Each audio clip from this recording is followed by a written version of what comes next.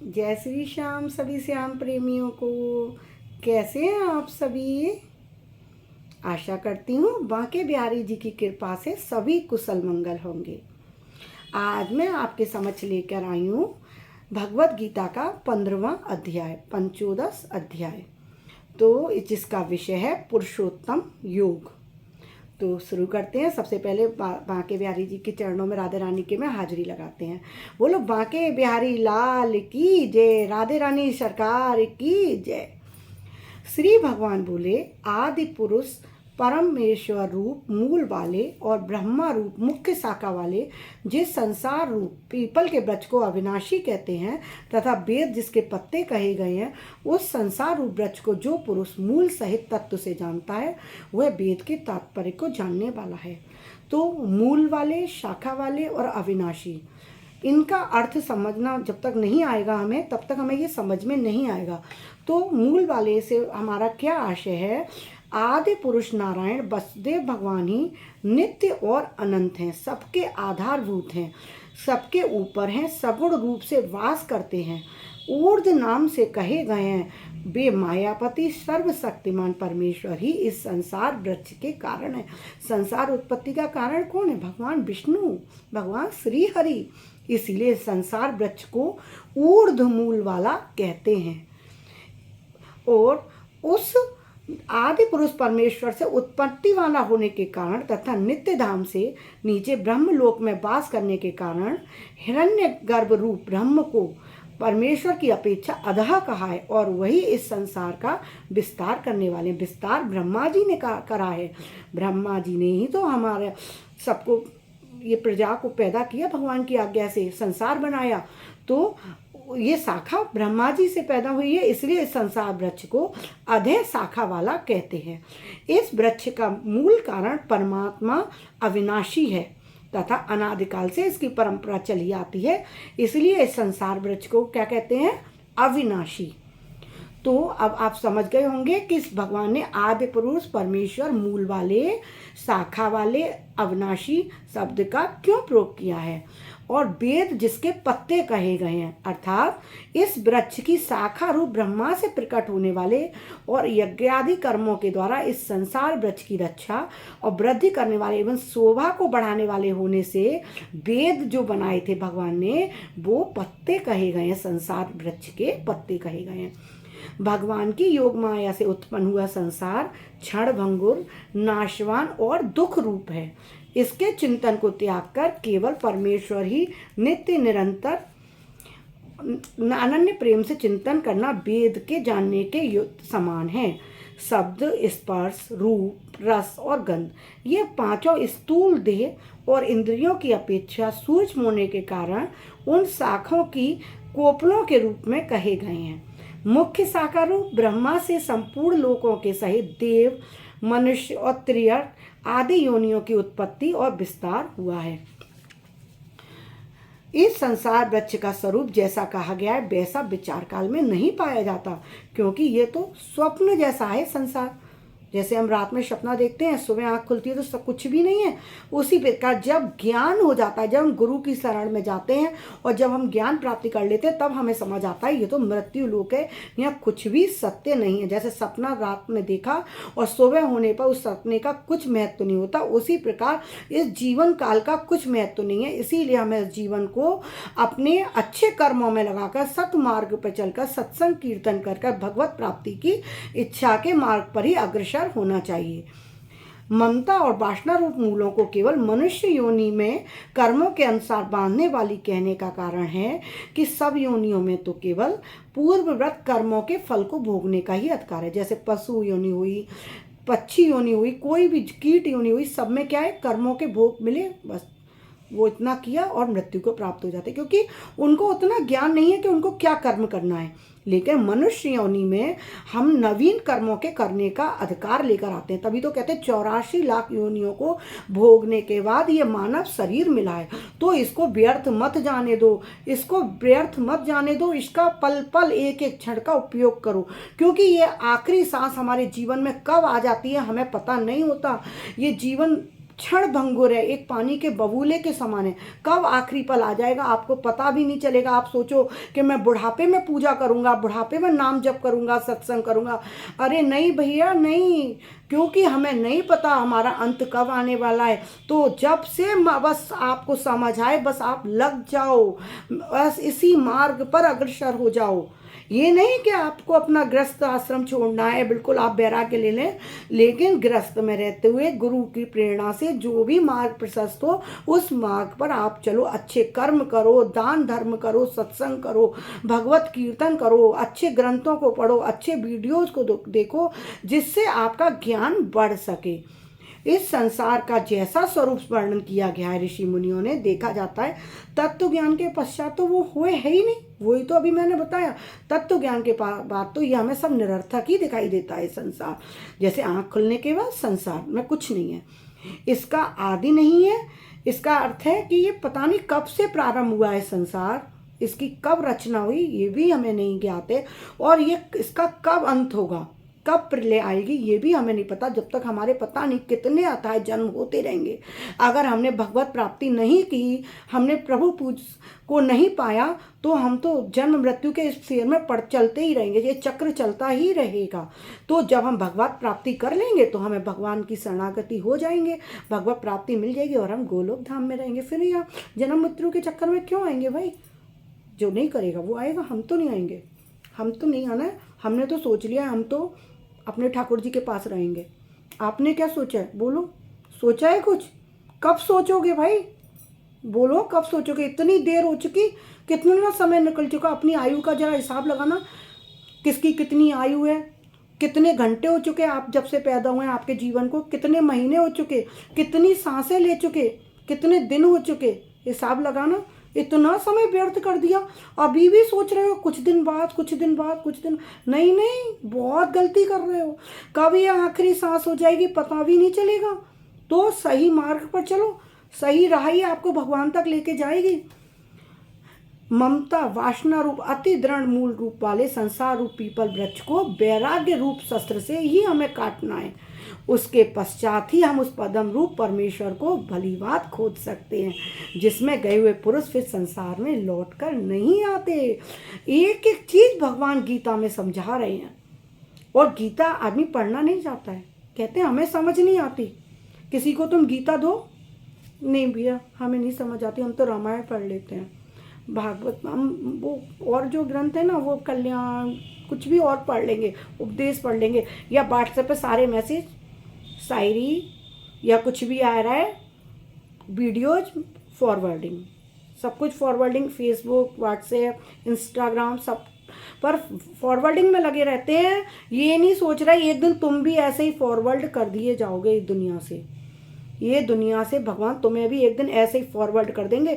यहाँ से डिलीट का बटन दबाएंगे और तुम्हारे यहाँ पे जो तुम्हारी ये जो सत्ता है ना, ये मानव रूप लेके तुम बोल रहे हो मैं तो बड़ा करोड़पति हूँ, मुझे क्या जरूरत किसी से सामने किसी के आगे झुकने की, क्या भगवत प्रीता, मैं क्यों जाऊँ किसी सत्य के आश्रम में, जमीन पर मैं क्यों बैठूँ, मैं क्यों सेवा करूँ, मेरे पास भगवान ने सब दिया है, मुझे किसी की नहीं ज़रूरत है।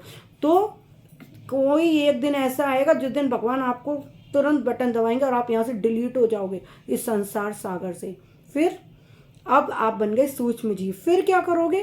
क्योंकि आपने तो अपना अकाउंट बनाया ही नहीं है, राधे राधे नाम जपा ही नहीं है, आपने तो प्रभु कीर्तन किया ही नहीं है, सुमरन किया ही नहीं, तो बैंक बैलेंस ही नहीं है, तो आप प्रभु से फिर किस बात की इच्छा करोगे?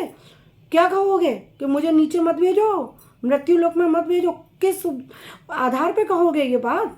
कुछ तथ्य होगा आपके पास, लॉजिक होगा कि आप मुझे मृत्यु लोक में मत भेजो। प्रभु से कहने के लिए आपके पास कुछ हक तो हो कि प्रभु मेरा इतना बैंक बैलेंस है तो मुझे इतना तो दे दो ना, इतना तो दे दो ना। इतना देने के लिए भी तो इतना तो करो ना, प्रतिदिन नाम जाप तो करो, माला ना फेरो तो जीप तो है, ये रचना तो दी है ना, ये आंखें तो दी है ना, अच्छा पढ़ सुनो, अच्छा देखो आंखों से, अच्छा कानों से सुनो, अच्छा मुंह से बोलो, हाथों से अच्छा दान करो, पैरों को अच्छी जगह ले जाओ।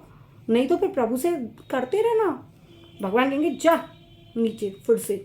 और अब की बार मानव जीवन के बाद जरूरी नहीं है दोबारा, क्योंकि 84 लाख योनि के बाद मिलता है। आप सोचो फिर से हम मानव आ जाएंगे बन के, और फिर तब कर लेंगे, तब देखेंगे ना। अब की बार नहीं कर रहे, इस बार तो हम भैया एंजॉय करने आए हैं, हम नहीं करते कुछ भी। ठीक है, तुम एंजॉय करो, अगली बार जब तुम आओगे तुम करना। तो क्या बनकर आओगे तुमने पता है क्या? तुमने स्टैम्प पे भगवान से लिखवा लिया है, किसी से लिखवा लिया? हाँ, कीट पतंगा बनकर आए, चींटी बनकर आए, मच्छर बनकर आए, पशु बनकर आए, पक्षी बनकर आए, मछली बनकर आए, सरीसर्प बनकर आए, क्या करोगे? कैसे करोगे भगवत प्राप्ति? बोलो कैसे करोगे? कैसे अच्छे कर्म करोगे? दान सेवा पूजन सब कैसे करोगे? तो भैया अच्छे कर्मों को करते रहो। जिसका मान और मोह नष्ट हो गया है, जिन्होंने आसक्ति रूप दोष को जीत लिया है, जिनकी परमात्मा के स्वरूप में नित्य स्थिति है और जिनकी कामनाएं पूर्ण रूप से नष्ट हो गई हैं, वे सुख दुख नामक द्वंद्वों से विमुक्त ज्ञानी जन उस पर अविनाशी परम पद को प्राप्त हो जाते हैं। और जिस परम पद को प्राप्त होकर मनुष्य को संसार सागर में लौट के नहीं आना होता, उस स्वयं प्रकाश परम पद को ना सूर्य प्रकाशित कर सकता है, ना चंद्रमा और ना ही अग्नि। वही मेरा परम धाम है, वो है गोलोक धाम, वो है बैकुंठ धाम। सूर्य की रोशनी से भी ज़्यादा चमकदार, चंद्रमा की चांदनी से भी ज़्यादा सुंदर वो है बैकुंठ धाम। तो हमें वहाँ जाने की तैयारी करनी है। अपना लगेज हमें हर समय तैयार रखना है।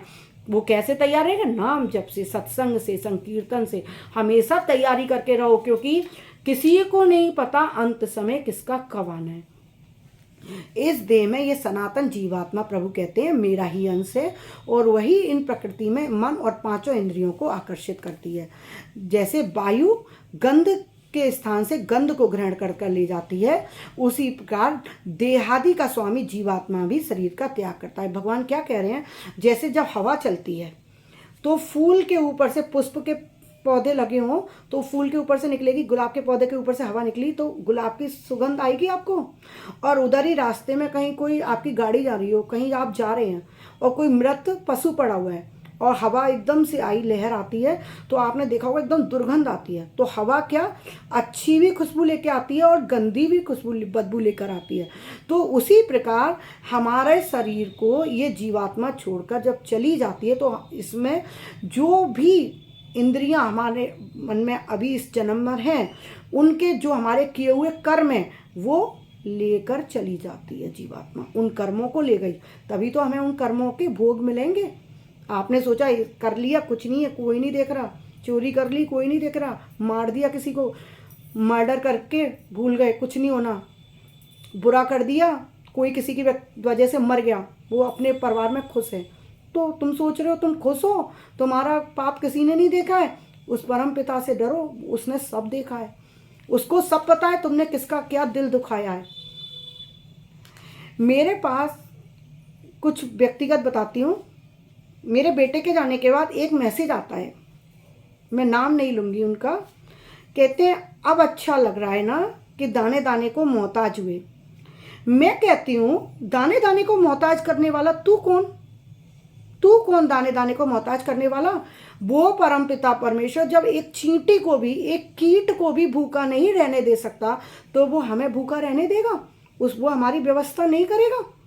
मुझे पता है मेरा परमपिता परमेश्वर हमारी व्यवस्था फिर से करेगा। हमारे प्रारब्ध थे, हमारे कुछ कर्म रहे होंगे जिसके वजह से हम जो दुख से गुजर रहे हैं, लेकिन ऐसा नहीं है कि वो दुख के दिन हमेशा रहेंगे और या हम दाने दाने को मोहताज होंगे।